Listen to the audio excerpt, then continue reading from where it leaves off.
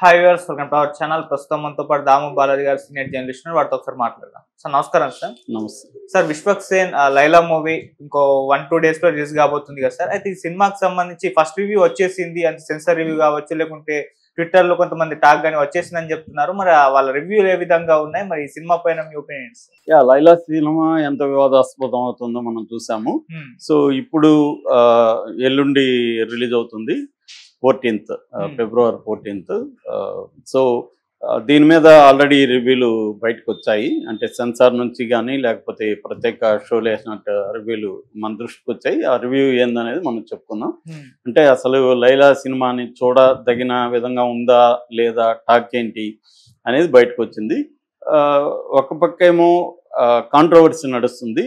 ఎందుకంటే పృథ్వీ 50 గొర్రెలు ఉన్నాయి ఒక సీన్లో, మేకలు అన్నాడు, మళ్ళీ గొర్రెలు కూడా అన్నాడు, 50 ఉన్నాయి. దాని తర్వాత లాస్ట్కి వచ్చేసరికి 11 ఉన్నాయన్నాడు. దాన్ని తను ఖండించాడు మళ్ళీ విశ్వక్సేన్. లేదు, అతను చెప్పింది రాంగు, ఫస్ట్ ఎన్ని ఉన్నాయో చివరిలో కూడా అన్నీ ఉన్నాయి, అతను అలాగా ఎందుకు చెప్పాడో మాకు తెలియదు, అవన్నీ సమర్థించుకున్నారు. కానీ వైసీపీ వాళ్ళు తీవ్రంగా ఎప్పుడు లేని విధంగా దీని మీద చాలా తీవ్రంగా వైసీపీ సోషల్ మీడియా, నేనైతే ఇప్పుడు ఈ మధ్యకాలంలో గవర్నమెంట్ వచ్చిన తర్వాత ఇంత యాక్టివ్గా వైసీపీ సోషల్ మీడియా లేదు, అసలు ఆల్మోస్ట్ చనిపోయినట్టుగా కనబడింది. ఈసారి మళ్ళీ వాళ్ళకి 2 వచ్చాయి, కిరణ్ రాయ్ లాంటిది, లైలాది. దీంతో విపరీతంగా అటాక్ చేశారు. అది 25,000 స్టార్ట్ అయ్యి ఇవాళ 1,00,000 దాటినట్టుగా ఉన్నాయి ట్వీట్లు. అట్లాగే సోషల్ మీడియాలో అన్నింటిలో వాళ్ళు హోరెత్తిస్తున్నారు.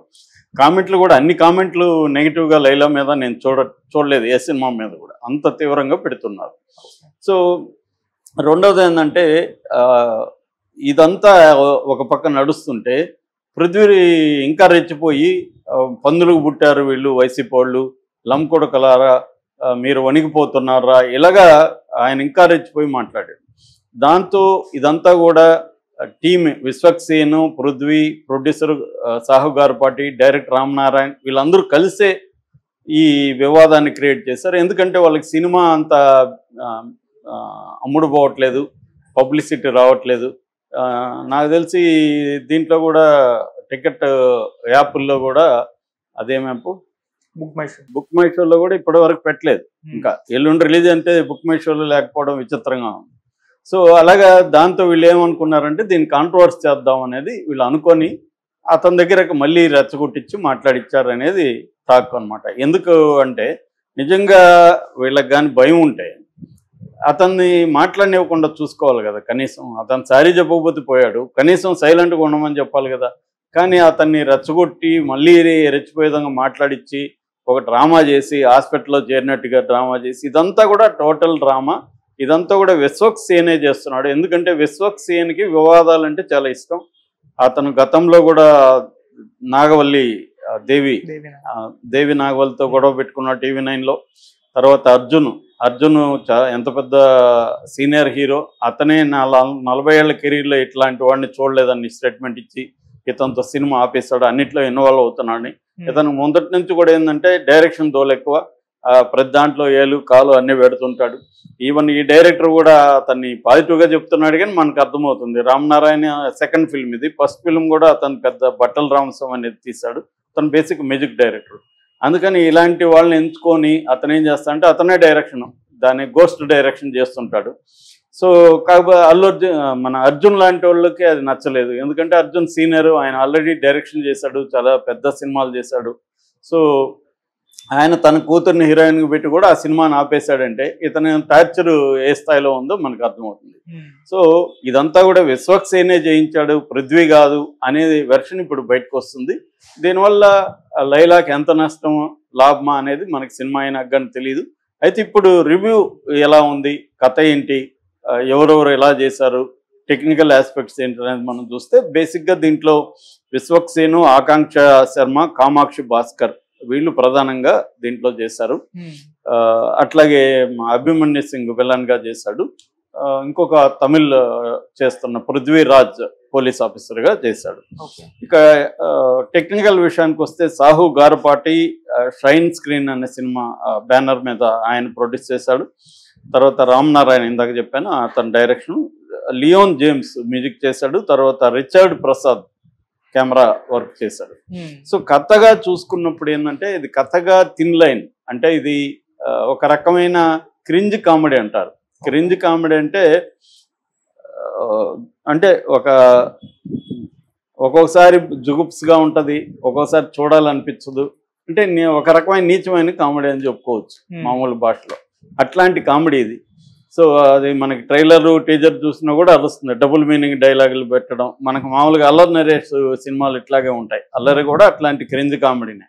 అలాంటి ఒక క్రింజ్ కామెడీ ఇది. సో దీంట్లో బేసిక్గా ఏంటంటే ఇతను 2 రకాల వేషాలు వేశాడు. ఒకటేమో సోను మోడల్. సోను మోడల్ ఎవరంటే అతను ఒక మేకప్ ఆర్టిస్టు ప్లస్ ఒక బ్యూటీ పార్లర్కి యజమాని.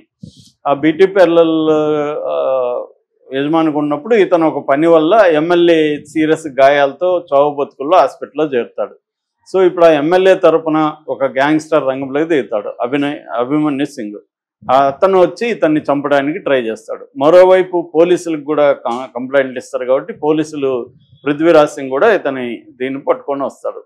దాంతో ఇతని బ్యూటీ పార్లర్ కూడా ధ్వంసం చేస్తారు. ఇప్పుడు ఏంటంటే ఇతనికి ప్రాణభయం స్టార్ట్ అవుతుంది, వాళ్ళు చంపేస్తారేమో అని. సో దాంతో ఇతను ఒక ప్లాన్ చేస్తాడు. అదేంటంటే మారు వేషం వేసి అమ్మాయి వేషం వేస్తాడు. ఈ అమ్మాయి వేషం వేసిన తర్వాత ఒక ట్విస్ట్ ఏంటంటే ఇద్దరు కూడా అభిమన్యు సింగ్, వాడి పేరు రుస్తుం అనుకుంటా, రుస్తుం గ్యాంగ్, అభిమన్యు సింగ్ ప్లస్ పృథ్వీరాజ్ ఇద్దరు కూడా ఇతని లవ్ చేయడం మొదలు పెడతారు. దీంట్లో వీళ్ళని ఎలా డీల్ చేశాడు అనేది బేసిక్గా స్టోరీ లైన్. సో ఇది మామూలుగా విన్నప్పుడు దీన్ని అంటే అల్లరి లాంటి సినిమాలు కూడా హిట్ అవుతాయి, హిట్ అవ్వవు అని లేదు చెప్పలేం. కానీ బట్ ఫ్యామిలీ ఆడియన్స్ దీనికి వెళ్తారా బిగినింగ్లో అనేది డౌట్ అయితే ఉంది. సో సినిమాలో కూడా సెకండ్ హాఫ్లో అంతా చాలా ఎక్కువసేపు ఈ లేడీ క్యారెక్టర్ ఉంది. ఈ లేడీ క్యారెక్టర్ మేము చాలా వర్క్ చేసామని వాళ్ళు చెప్పుకుంటున్నారు. అదేంటి రెమోక్స్ పనిచేసిన నిక్కీ అని ప్రాస్థెటిక్ చేశారు, అతన్ని పిలిపించాము, అతని దగ్గర సలహాలు తీసుకున్నామని డైరెక్టర్ చెప్పాడు. అట్లాగే ఏఐ కూడా వాడామని చెప్తున్నారు. ఏఐ అనేది అదొక మిత్తు, ప్రతిదానికి ఏఐ అంటారు ఈ మధ్య. ఏ అంటే నువ్వు ఏ సాఫ్ట్వేర్ వాడావు ఇవి చెప్పరు, ఏఐ వాడాము అంటుంటారు అన్నిటికీ. సో ఏఐ అనేదేమో అదేమి అద్భుతమైన మ్యాజిక్ ఏం కాదు. ఆల్రెడీ మన ఫోన్లలో ఏఐలు అన్నీ ఇప్పుడు ఉన్నాయి. కాకపోతే ఏంటంటే ప్రధానికి ఇప్పుడు అలాగే వీళ్ళు ఏదో ఒక కొత్త టెక్నాలజీ వాడామని చెప్పడానికి ఏఐ వాడామని చెప్తున్నారు. ఫైనల్గా మన ట్రైలర్ చూస్తే దాంట్లో ఇతను ఆడవేషం వేస్తున్నాడు అంతే, అంతకంటే అది తెలిసిపోతూనే ఉంది. దాంట్లో మళ్ళీ కావాలని ఒక డైలాగ్ కూడా పెట్టించారు. అతను ఎవరు మన విశ్వక్సేన్ ఆడవేషం వేస్తే ఎలా ఉన్నావో అలా ఉందని. అదే క్రింజ్ కామెడీలు ఇలాగే ఉంటాయన్నమాట.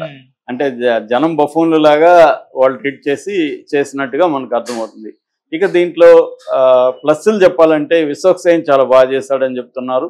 అట్లాగే ఇక అభిమన్యు సింగ్ రొటీన్గా ఉంది. అభిమన్యు సింగ్ కామెడీ అంత వర్కౌట్ అవ్వలేదని చెప్తున్నారు.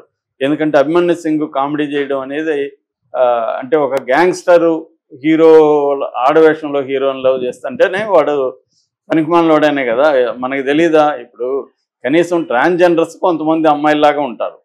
ఆ మధ్య మేము థాయిలాండ్ వెళ్ళినప్పుడు అసలు అమ్మాయిలా అబ్బాయిలా తెలియట్లేదు మాకు, అలాగే ఉన్నారు. అట్లుంటే ఓకే, కానీ ఒక మగవాడు ఈ స్థాయిలో మంచి బాడీ ఉన్న అతను అమ్మాయి వేషం వేస్తే అది అమ్మాయి అనుకోవడం అనేది గతంలో కూడా చేశారు. ఇవి క్రింజ్ కామెడీలో వర్కౌట్ అవుతుంది ఎప్పుడైనా. అంటే ఆ ప్రపంచాన్ని క్రియేట్ చేసి వాడు పనికిమాలినోడే అన్నట్టుగా ఎస్టాబ్లిష్ చేస్తే మనకి కామెడీ వస్తే వర్కౌట్ అవుతుంది. కామెడీ రానప్పుడు లాజికల్ వస్తాయి. ఎప్పుడైనా అదే సామెత ఉంది, మ్యాజిక్ లేకపోతే లాజిక్ ఎంటర్ అవుతుందని. సో అట్లాగే హిచ్కాక్ది కూడా స్టేట్మెంట్ ఉంది, when logic enters drama dies అని. లాజిక్ లేకి జనాలు వెళ్లకుండా నువ్వు డీల్ చేయగలగాలి. అంటే డ్రామా స్ట్రాంగ్గా ఉండి కామెడీ స్ట్రాంగ్గా ఉంటే లాజిక్ ఆలోచించరు. అది ఎప్పుడైతే వీక్ అవుతుందో అన్ని లాజిక్లు జనాలు ఆలోచిస్తారు. సో ఇది అక్కడ ఫ్లాప్ అయినట్టుగా చెబుతున్నారు రివ్యూ వాళ్ళు చూసిన వాళ్ళు. సో అంత వర్కౌట్ అవ్వలేదు, అది వీడి కామెడీ వర్కౌట్ అవ్వలేదు. అభిమన్యు సింగ్ అనేవాడు ఎప్పుడో అవుట్డేటెడ్ విలన్. అతను స్ట్రాంగ్ తెలుగులో ఏదో మన రామ్ గోపాల్ వర్మ సినిమాల్లో 2-3 ఇట్లా చేసినట్టున్నాడు. సో అంత తప్ప అతనికి ఏమీ ఒక కామెడీ విలన్గా కూడా అతను ఎప్పుడూ లేడు. అలాంటి అతన్ని పెట్టడం రాంగ్ కాస్టింగ్ అనేది చాలామంది చెప్తున్నారు. ప్లస్ మాత్రం ఇతను చాలా బాగా చేశాడు, బ్యాక్గ్రౌండ్ స్కోర్ చాలా బాగుంది, కామెడీకి తగినట్టుగా కెమెరా వర్క్ బాగుందని చెప్తున్నారు. కానీ పాటలు మైనస్. ఇలాంటి వాటికి పాటలు కూడా బాగుండాలి, కానీ పాటలు లేదు. రొమాన్స్కి కూడా ఈ అమ్మాయి క్యారెక్టర్ ఆకాంక్ష సింగ్ జిమ్ ట్రైనర్, వాళ్ళిద్దరి మధ్య రొమాన్స్ కొంతవరకు అయితే వర్కౌట్ అయింది, కానీ దాంట్లో పెద్ద కామెడీగా అనేది